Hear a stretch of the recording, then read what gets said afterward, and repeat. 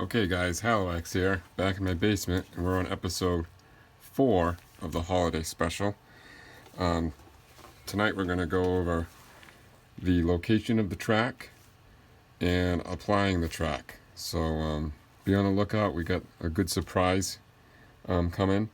And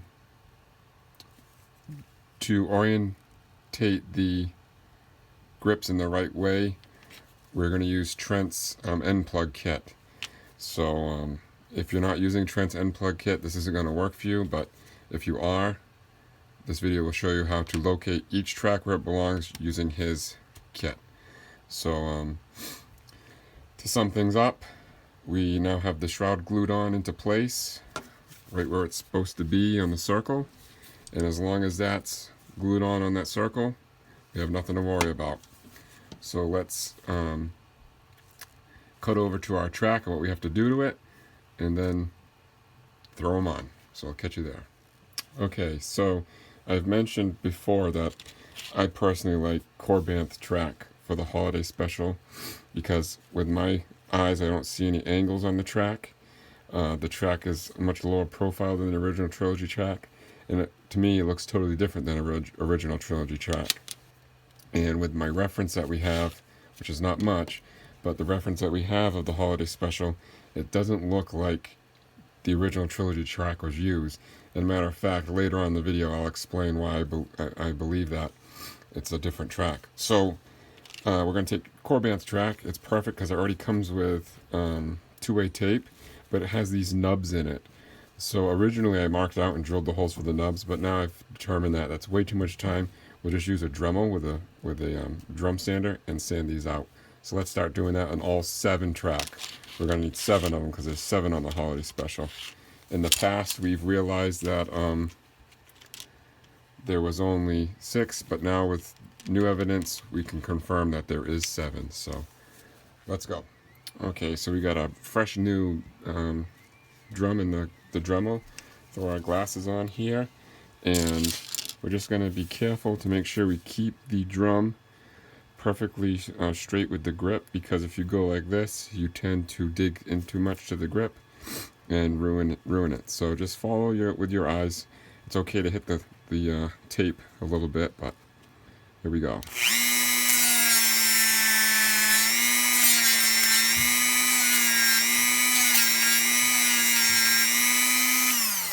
That's perfect. Do that for all 7 track.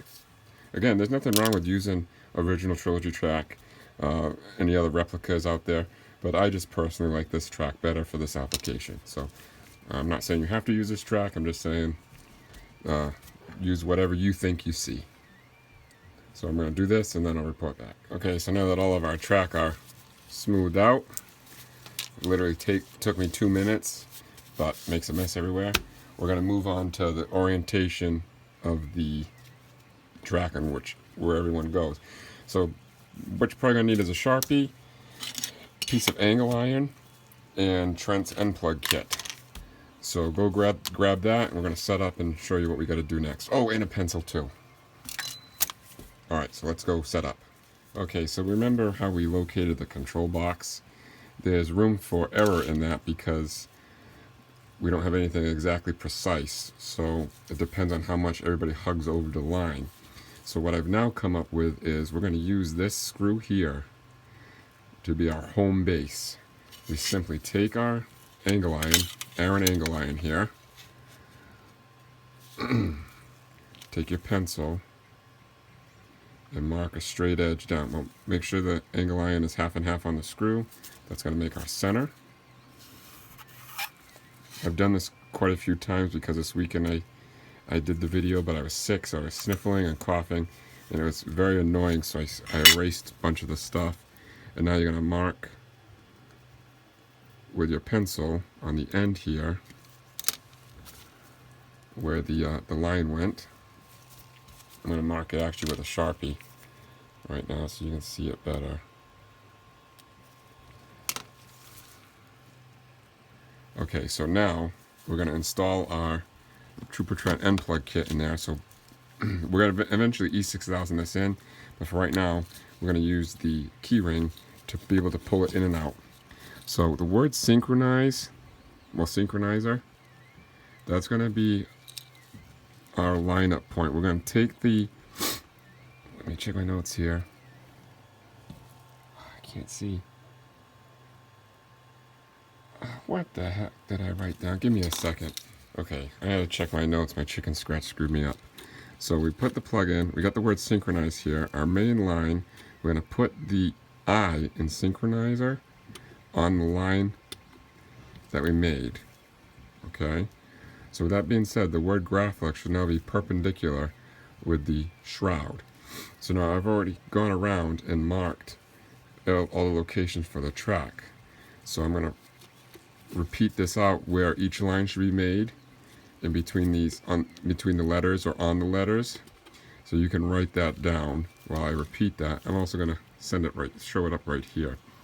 So the first home plate line, home base, is on the I in synchronize, right? So our track to the left of us is going to go above the letter C in synchronize. And then the next one is in between the F. Let me see if I can move this around to get the light. This is better now. So the first one, our lineup line, is on the I.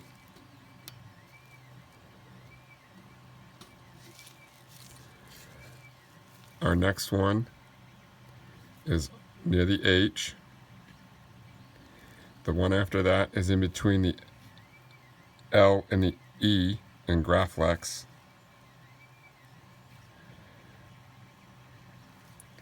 The one after that is above the O in Rochester.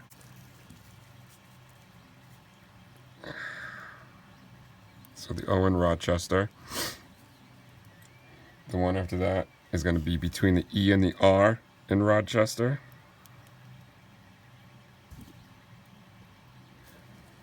And then the last one, well, the next one is going to be on the S in USA. And then the last one is going to be the Y in battery. And the Y in battery should be in the center of the control box, if the control box is in the right spot. So it looks good. Well guys, apparently I don't know how to count. So the Y in battery isn't the last one. I take the very last one and I put it in between R in synchronize and B in battery. So you should have 8 lines. 1 line for the center line that we made with the screw, which we forget about, and the rest of them lined up in these letters that we just mentioned. Those are going to be the locations for the track. Okay, let's move on to the next step. All right, so that covers where all the tracks belong. So now that we have the tracks mapped out, we're next going to lock this in place by doing a dab of E6000, putting it, making sure all of our spots are in the right place, and putting it in. So let's grab our E6000.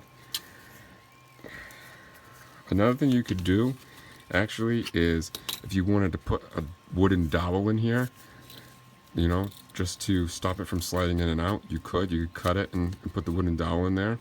It'd actually add a little bit more weight to it, but I'm just going to leave this one hollow. But that's a possibility. Now, I'm a huge believer of mechanical attachments, screws and whatnot, but Trent has made it apparent that this print is very thin and it's not worth taking the risk of cracking it by drilling a set screw in it. So I'm not going to do that. I'm just going to E6000. This is going to make a mess because I put a lot on there, but with E6000 you wait for it to dry and you can peel it right off. So I'm going to make that flat with the aluminum. My eye is on my, oh my god, I hope I got that on screen. My eye is on its mark. Everything else is, no it's not, I put it in the wrong location. I'm going to put my eye on the right one now. There we go. Now everything's right. That would have been disastrous. Good thing I checked. Okay, so now that's in the right spot. Everything, all the orientation is right. I'm just going to leave that overnight for it to dry. Probably not leave it overnight. Give it a half an hour. I'll peel the glue off and start working on it so I can upload this video tonight for you guys. So I'm going to take a little break and then we'll report back after dinner. So I'll catch you guys there. Meanwhile, on the other side of the basement, we got this action going on. Alright gang, so we got our grips sanded down, end plug in the right orientation. Next we're going to apply the grips. So there's one thing we're missing. And for the big reveal, the big surprise, pow! Gaffers tape. That's right. Somebody go get Seth. I'm admitting to Gaffers tape on a lightsaber. So, the story behind the Gaffers tape.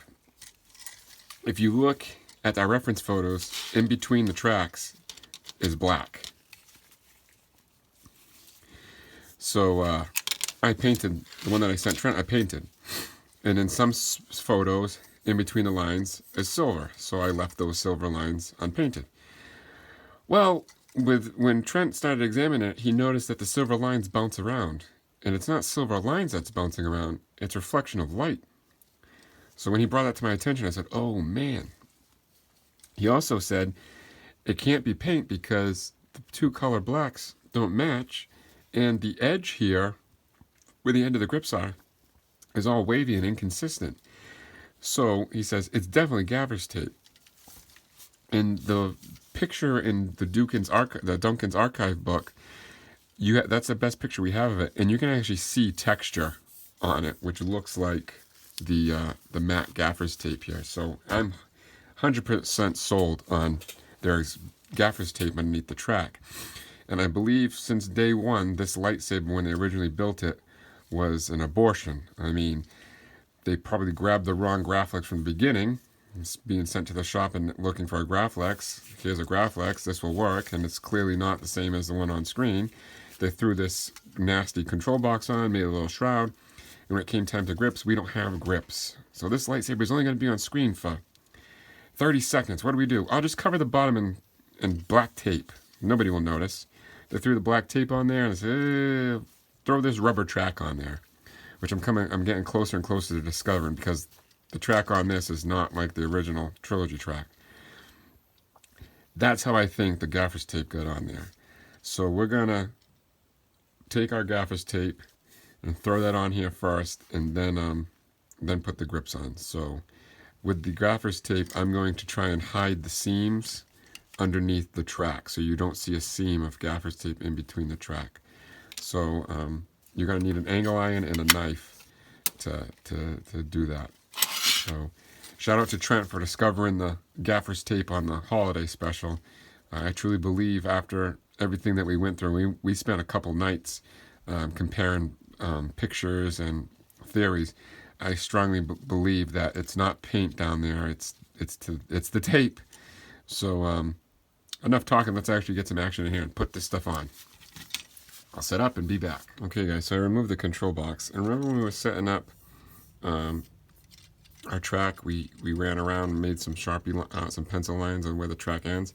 I'm going to use that line as a guide to where we're going to stop the length of the track. And also, if you look here, this center line, we know that's where the track covers, so we can start our tape on this line right here. And then once we wrap the tape around the closest line to the end, we're gonna put our angle line on and cut it straight so the other track fits on top of that. So I'm gonna start cutting some Gaffers tape here and applying it. So I'll be right back. Okay, so I got a rip of Gaffers tape, pretty nasty. And I put it on my pencil line that I made with the angle iron.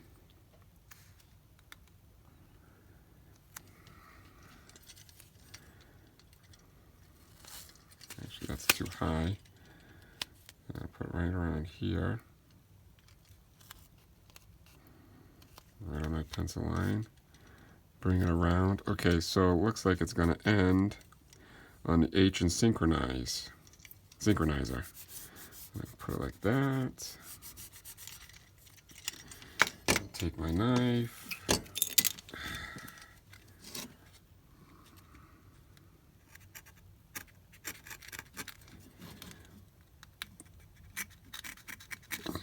Keep on going. Okay, so now we're going to line up the H on synchronizer.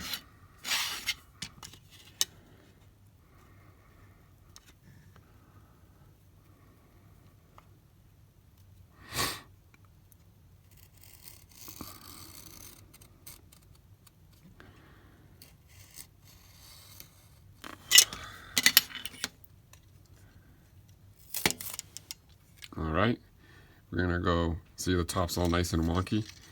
Now we're going to go and rip another piece of Gaffers tape and do the same thing. Okay, so we're going to continue it around. This one's kind of hugging one side too much, so I'm just going to go like this.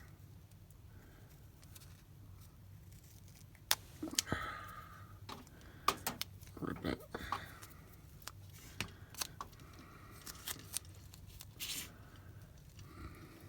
Put it on.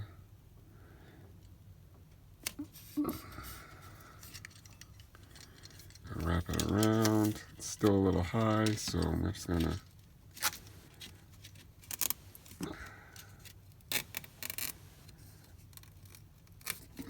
shoot. It's too low. Take it up, move it up. Whoops, off screen.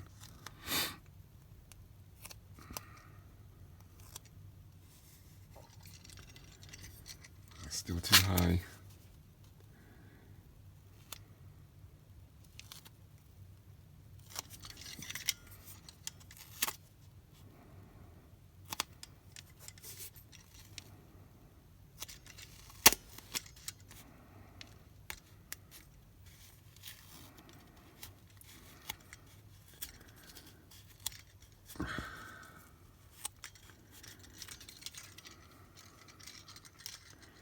Keep on going around.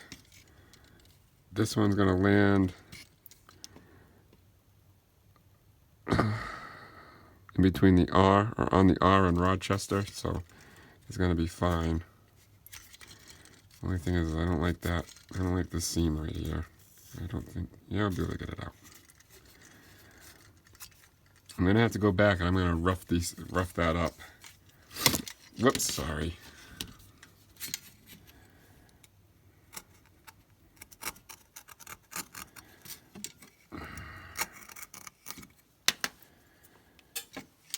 One more piece and we're going to be good. So the final piece, I'm ripping these on an angle, which is crappy.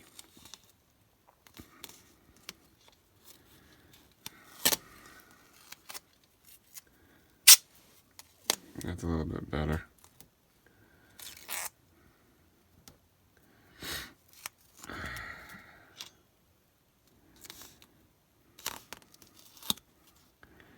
Stinker. I'm gonna bring it up just a little bit more and just cut the rest.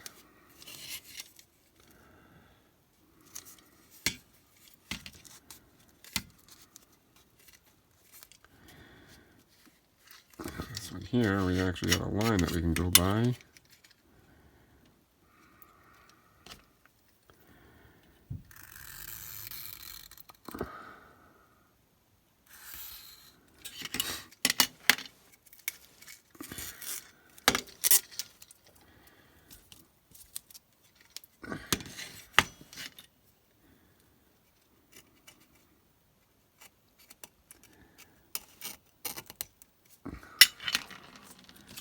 Okay, so the grip section is covered in Gaffers tape. It's all crazy up here. So let's get our track on here and start making some measurements on cutting this a little bit better. So all I do is I'm taking my track here, flush with the end, putting it here like this, and using this as a guide. Move it a little bit. You have to excuse me, I'm fighting a sinus infection. I wanted to do this weekend, but I just didn't have it in me. I was really, really sick. Second time I've been sick this year, which is a rare thing. I'm never sick. That's nice. Nice and crappy edge. Continue it around. So you guys get the idea of this. So I'm just going to continue this around and then report back with the finished product.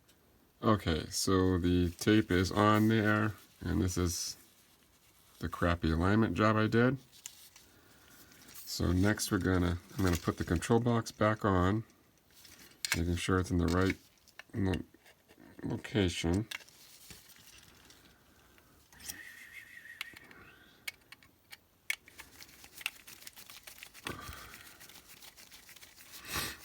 And I'm going to start with the T-track that belongs on the control box. So I just use my tweezers here. Actually, I cleaned this mess up. That bothers me. Okay, so just use our tweezers here to pull the two-way tape off.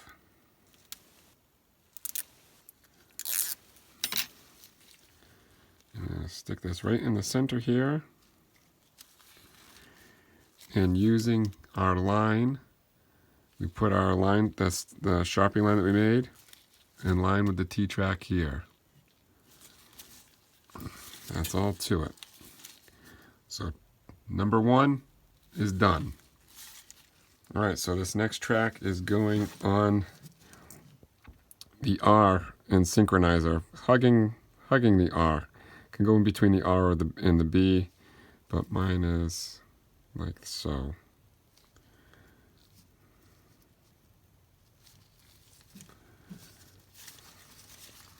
There we go. We're going to move on to the one in between the C and the H. Okay, C and H is next. Remember, don't get confused. You're better off erasing the one above the I so you don't get confused in synchronizer, because that was just our line-up point. Forget about the I. We're going on between the C and the H now.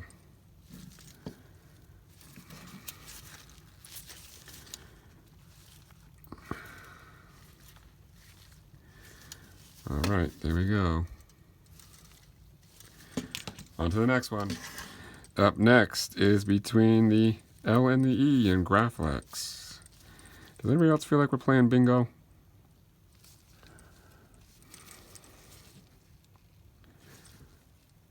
There we go. Get those grips on there. Not really worried about anything looking straight because this thing was a rush job. Move on to the next. Here comes the O and the C in Rochester, in between the O and the C. This one's a little bit spaced out because there's two that are coming up that are almost touching each other. Let's move on to the next one. Here you can see the seam here. This is going to get covered.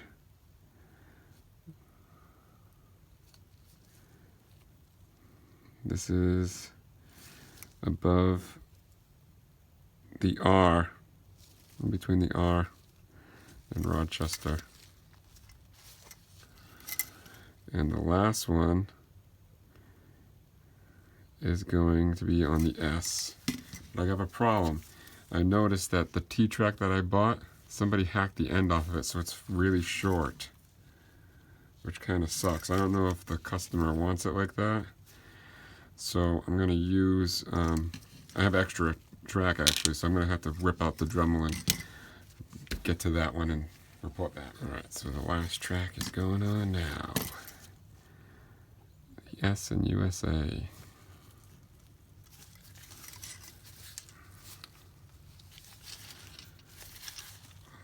You could possibly wrap some rubber bands around these and leave them overnight. Put them underneath your pillow if you want. But it should be just fine.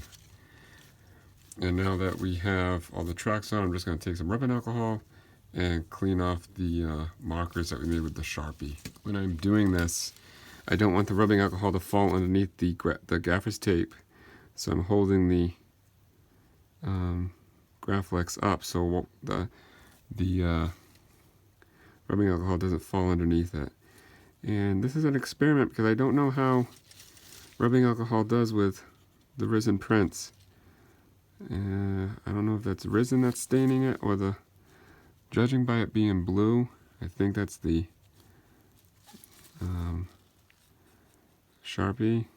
I'm hoping. Well, there we go, too far low.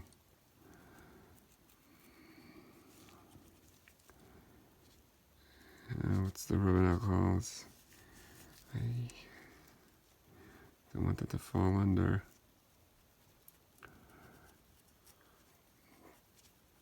Definitely not using acetone, which rubbing alcohol might dry it up. It doesn't look like it's coming off on the rag, so we're probably good.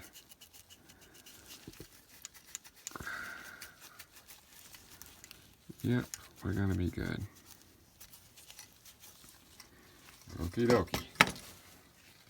Pull it back. Okay, so our track is on. Trent felt pretty confident with the track locations that I sent him, so when he installed his end plug kit, we marked down every location, and that actually works great in our favor to helping other people locate the locations of the grips, because it's really all over the place. And as you can see here, like I was saying, Trent was saying, the Gaffers tape is all rough and all over the place, and looks like what we see hanging on Luke's belt.